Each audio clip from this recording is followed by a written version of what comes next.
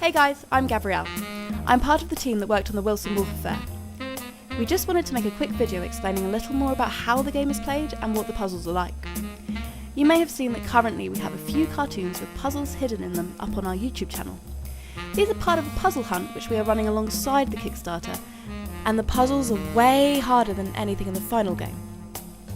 The reason for this is that when you're designing puzzles to be solved by a huge group of people, like the internet, then there are so many man hours going into solving each puzzle that they have to be super difficult, or else they'll just be solved right away.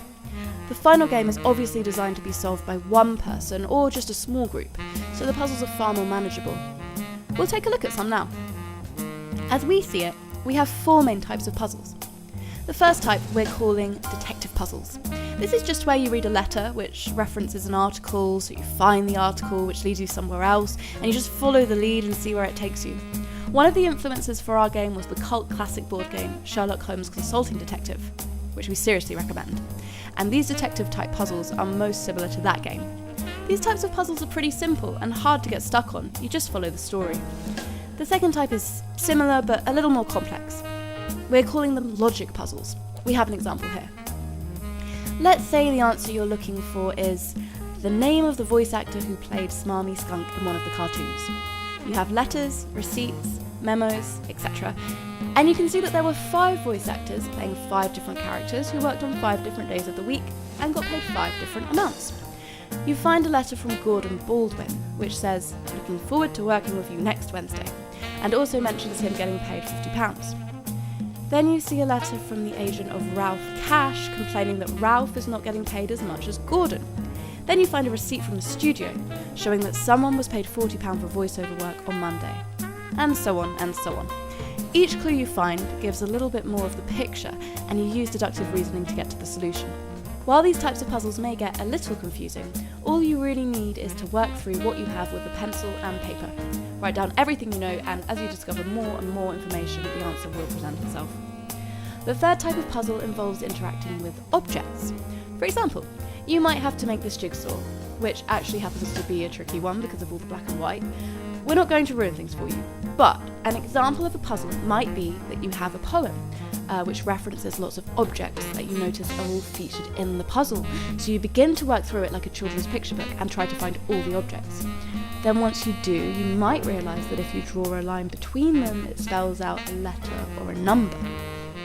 Again, there is nothing here which is too tricky, but if you get stuck, remember there will be a hint system. If you get stuck on a puzzle like this, all you ever really need is a little hint like, have you tried looking at the poem? Or how might the objects be connected? To nudge you in the right direction. The final type of puzzle is the more traditional type, things like word searches, crosswords, anagrams, etc. If you're the kind of person who finds these types of puzzles hard, remember that they are the easiest to give hints and solutions for, since they are contained puzzles looking for very specific answers. So if you ever do get really stuck on them, a little hint will set you on the right track very easily. We also designed the game so that any obscure knowledge should be easy to find with a Google search. While you may, for example, be required to Google the Latin name of a bird to find a solution, you would never be expected to know a list of Latin bird names off by heart. So all you are looking for is what puzzle designers call the aha moment. After that, you will be able to use Google to fill in the blanks and solve the rest of the puzzle. As a final point, we also knew this game would attract the seasoned veteran puzzlers too. So we decided to include Easter egg type puzzles throughout all the packages, which are of a very high difficulty level. These puzzles are not necessary to cracking the main storyline, and probably wouldn't even be noticed by the average player. These are like the hidden achievements in video games. We are hoping that a few of the most tricky of these might even stand uncracked for quite some time, building up a legendary status on puzzling forums. These puzzles are the most similar to the ones currently on our YouTube cartoons. But remember, these are like hidden Easter egg type things. They don't provide a restriction to the average player. The main game is quite accessible to everyone.